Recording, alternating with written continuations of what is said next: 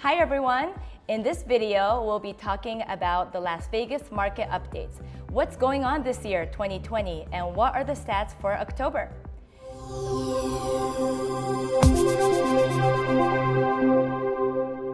So Randy, a lot of people are just asking, what's going on in the Las Vegas market? Median prices, record high prices this year. But then some people are talking about, whether this real estate, economy will be crashing soon. So can you talk to us about what you've experienced this year, 2020? Obviously, this is an off year for all of us. Well, it's been actually a pretty good year overall. It's been crazy. Maybe leading up to this year, Las Vegas, remember, the last time we were down was over 10 years ago, yes. Right? 2008, somewhere in there. Yes. And we saw the market change, and then it went down, down, down, down, maybe bottomed out 10, 11, and then we started clawing our way back. And if you recall, the Las Vegas market was a little bit later. It lagged the national market as far as recovering. And so starting around 2012, we grew and grew and grew, and now we've been on a run for over 8 years. Right. It's been pretty incredible. And one of the nice things that we've seen that I think supports Las Vegas real estate is that because we came out of the recovery sooner, potentially you could make an argument that there might be a little bit more room to grow. Mm-hmm. For example, there are places that you can still buy in segments of this marketplace that are still less than replacement value or replacement cost. Mm-hmm. So what does that mean? That means that you can buy something literally less than if you build it from scratch and you put the building up after the land costs, after the construction costs. Right. You can buy it for still maybe an upwards of 50% discount in some cases in the high-rise market, as an example. Yes. The other thing that we saw was going into the market, the economy was doing really well up until obviously COVID hit. And we're a type of market that we have a lot of, let's just say, emphasis on the gaming aspect, and yes. that got hit hard, right? Mm-hmm. No question about it, not covering that up. And a lot of people have been affected, and we're so sorry for those people, and hopefully, it will come back. And it will come back. It just, how long will it take? Don't know. Mm-hmm. But as that was recovering, the stock market recovered. And what we've seen is almost two markets. We've seen the overall general population, which actually has been pretty strong, yes. but affected in different ways.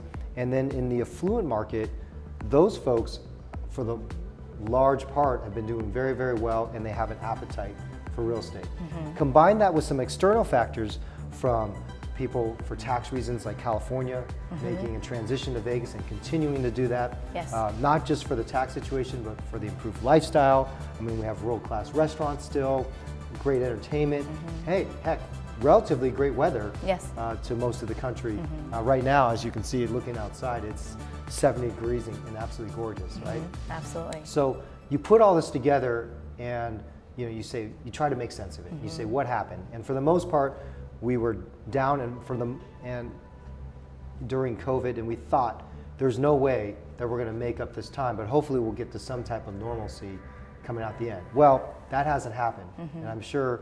I think maybe we'll take a look at the statistics and see yes. what actually happened, and we can maybe talk about that, I guess. Absolutely. Thank you, Randy. So for October, here are the number of units sold, 3,222. That was up from, compared to last year, 10.84%. And then the median price, we actually hit a record high. It's $340,200. That was up compared to last year by 14.48%. So absolutely, the general market is up and up. It's really strong.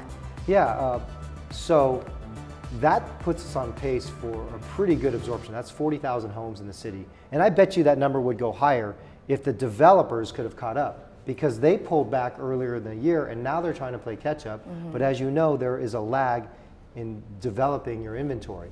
Yes. And so home builders have had a very, very hot streak combined with the amount of absorption, and obviously that drove prices up. So that makes a lot of sense, mm-hmm. That the median price is up. Now, still relative to the country, I would argue that $340,000 for a median home price for the lifestyle and quality of life that you can have in Vegas yes. is still great. Absolutely. So potentially you could argue that there's still room to grow, in the long run. Yes. And then the luxury market, the number of units sold in October was 92 units. That was up by 124%. Wow. compared to last year. And then the median price was $1,382,500, which was slightly lower compared to last year by 3.9%. Okay, okay. Well, that's interesting.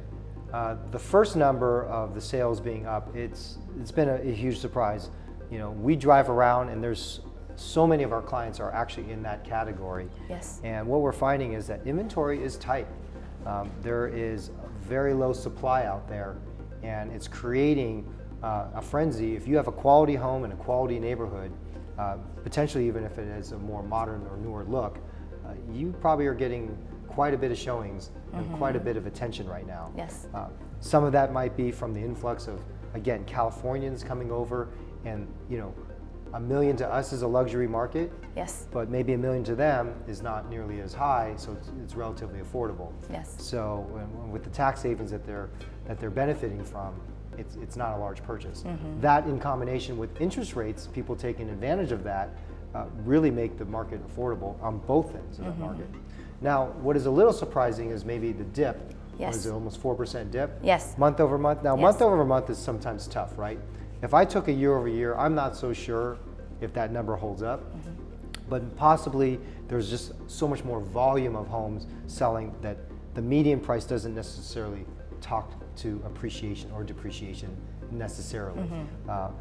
The other thing too is, you know, possibly people are just moving out of the old and going into the new. Right. There could be a lot of explanations for it. That's not a number that I'm overly concerned about. And I think some of the reason though, there is a story behind that. What I'm hearing, you know, at the ground level and trying to make sense of the statistics is always the hard part, right? So you can always say, hey, these are the statistics, fine. But to be able to add some color around it, I think is important. And what we're seeing out there is that people nowadays, you know, with shelter in place and knowing that they are spending a lot more time at home, their needs have changed, right? Maybe they need more office emphasis. Maybe they want a bigger yard because they're spending more time there. Maybe their family situation and makeup has changed. People coming into the home or coming out of the home, or whatever. And all of these changes, people are motivated to live in the right place. And that's our advice right now is timing the market, just like the stock market, is always very difficult. But to enhance your lifestyle for fundamental reasons makes sense. Yes. So if people say, is it a good time to sell? Yes, it's a good time to sell because of what we talked about. Is it a good time to buy? Yes. Take advantage of the lower interest rates. Take advantage of the ability to get yourself and your family into the right home. Absolutely. That is really what the name of the game is, and this is a great time to do that. Absolutely.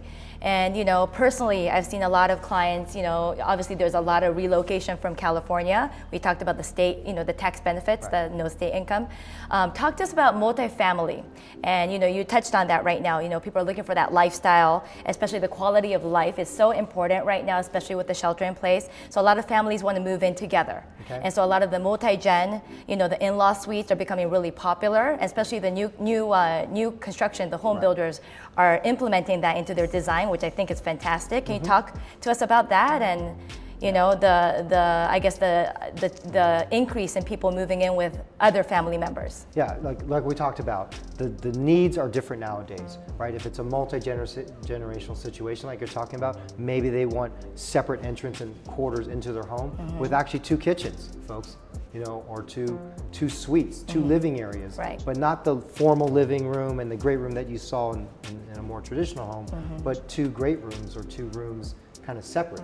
So we're seeing some of that situation. We're seeing maybe the size of the bedrooms, the emphasis of the bedrooms being different. One thing that we will say that seems to be consistent over the last 10 years is that people feel like they want more communal open space. They don't want their home compartmentalized. That seems to be a trend that's not there. And people like the newer surfaces. You know, Vegas taste, I always say that sometimes Vegas has the best taste because they will look at something and go, you know, I think it's time to get the new grayish color, for example, whatever that might be. Right. So that's what we're seeing there. We're also seeing trends between, you know, the high-rise attached living and the detached living. There's an overall trend from high-rise and attached living to, you know, having a little more space. So if you're looking at a single-family home and you're moving up, with the supply being a little higher, maybe it's a good opportunity to move up because you have a hot market in the affordability market, you have a little bit more supply, in the $1 million and over market, so maybe that's a good reason. Right. On the other hand, if you're looking at maybe buying, a high-rise because you like high-rise and you believe that the environment will be more normalized in the future and that you're okay with that, there's some fantastic values out there because we're largely supplied across the board in high-rise at all levels. Yes. And some of the homeowners are frankly motivated to sell. So there could be some good investment opportunity in that segment if you have the vision to hang on for a little while. Absolutely. Since you touched on high-rise, can you talk to our audience that's not familiar with high-rises? What are the high-rises that we at Char Luxury focus on? Some are on the strip, some are obviously off the strip. Can you talk to the audience about that? Sure. The interesting thing is that the last high-rises were built around the height of the market, last market. So if you decide as a developer, for example, I'm going to build a high-rise, the newest, coolest high-rise, it's going to be, Tom Ford Towers or whatever you want it to be, branded cool. Guess what? It's going to take you a minimum of a few years to deliver that product. You have to entitle, you have to pick the land, you have to develop it, you have to pre-sale it, in order to get the financing on it. So if we've been in this kind of era for over a decade, plus another 3-5 years, there could be a 15-year gap. And in a major metropolitan city, I haven't seen that. So what does that do? That potentially could create, a demand because of the fewer buildings that are out there. Now, like you mentioned, most of the high-rises in this city are on the strip, as that would make sense. And it has a very diverse product. So if you like kind of the walkable living, you could be in city center like a Veer or Waldorf Astoria, and go to Crystal Shopping Mall and all of that. If you want to be kind of close to the strip but not on it, you have Martin and Panorama. By the way, they're selling at $400 a foot, plus or minus $400 or $500 a square foot, which is far less than the replacement cost we talked about. Yet still convenient. Raider Stadium, when they come, that side of the street is gonna probably light up a little bit more. Absolutely, go Raiders. Yeah, woohoo! And then you also have residential living. Not everybody wants to live in a single family home here. Maybe they live in several residences. Maybe they just want the ease of having the guard gated peace of mind and the amenities there, like One Queensbridge across the street. You can live in basically custom home living, direct access to your garages, direct elevator access to straight into your home. Absolutely. I mean, these live like residences, in the sky, so to speak. Right. So that's another possibility. So there is a lot of interesting, opportunity out there in the high-rise market. Opportunities, great. And then just the last fact here is that 70.3% of the homes are selling super fast within 30 days as it's listed on the market. And obviously, personally as well, I've had some listings myself where we have multiple offers within 48 hours of it's being listed. And we usually list it on like a Friday, showings on the weekend, and by the end of the showings we have multiple offers. So again, you talked about making sure that the price is right for our listings, and I think that's true. When it's priced right in that neighborhood, in that particular neighborhood, there will be multiple offers. So talk to us about that. Obviously, that's just exactly what we talked about with the market updates, how the median prices are high, record sales. Talk to us in your experience in the luxury market, what kind of days of market are you seeing? Are you seeing a lot of multiple offer situation? Well, it starts with the home. If your home is clean and turnkey, that's what people want. Whether you're in the affordable market or the luxury market, if someone can envision themselves moving right in, that is the best situation that you can have. In terms of pricing, there's a couple schools of thought. Sometimes people say, well, I want to price high, or just take the last highest comp and then kind of go a little higher and maybe leave a little bit of room for negotiation, or more room for negotiation. Right. The other school of thought is that price it right. Price it right in your neighborhood. You'll get more showings, more action, and ultimately maybe more offers. And ultimately, you may get a better price at a quicker time frame with a better buyer. So, my advice in this market is that you can't just price it at any level and expect that it's going to go. Especially if you're in a niche market where maybe you're a larger home in a more expensive neighborhood, or in a less expensive neighborhood, and you stand out that way. Right. Maybe you're a situation where maybe your home has not been updated. more recently, you should make sure that you adjust for it, because people aren't just going to buy anything. Right. They still want what they want. So that's some things to take care of, and that's one of the things we pride ourselves on in our group, is being able to look at the analytics, look at the strategy, look at the right situation, and then be able to advise from there, whether you're on the buying side or the selling side. Awesome, Randy. Any last notes for our audience today as far as our market? Do you think our real estate market's going to crash? And if so, sometime next year? When? Your just kind of opinion on that? Well, it's difficult to say. I will say this. I think there's some balancing factors that we need to take a look at and keep close attention to. Number one, how is our general economy moving? You know, are we going to be shut down, or are we going to continue to let businesses, or try our best to let the businesses grow and get back on their feet and thrive? Right. Interest rates. What's going to happen to interest rates? Depending on that's going to drive a lot of the market. I definitely see that people are still going to want to move. That much I will tell you, because I think that, again, it goes back to what your needs are. The home is becoming more important than ever, because people are spending more time at home, and that's probably not going to change too much. So getting yourself into the right position, whether you're downsizing, whether you're moving across to something different, whether you're moving up, you know, right now I think we're going to continue to see that activity go. And it'll be interesting to see what happens, you know, going into next year. Overall, I think the prospects for Vegas, at least, are looking really good, because you know, many of the factors, such as the migration of California moving here, I think that's still going to happen. Yes. Entertainment is going to be something that people want in their lives. It's just going to maybe look a little different, and it may, the speed of when it comes back is you know, remains to be seen. Yes. But all of those things are going to be there. The city is vibrant. The city has still so much diversity in terms of things to do, and the quality of life is here. So I'm pretty bullish overall in seeing what's going on. Can we hit some type of a cycle? Absolutely. Realistically, you know, we're due for that. How does it come? Is it going to be a more flatter, U-shaped type of recovery, or will it be more of a V? You know, some of that's going to depend on some of the policies with the banks and you know, forbearance and those type of things too, which maybe is better discussed on another time. Absolutely. And to end our interview today, so both Randy and I, we were at the grand opening of the Circa Hotel in downtown Las Vegas. And I just want to touch on that because it's a brand new hotel, and it's been over 40 years, I believe, since they actually built a hotel, a casino from ground up in the downtown area.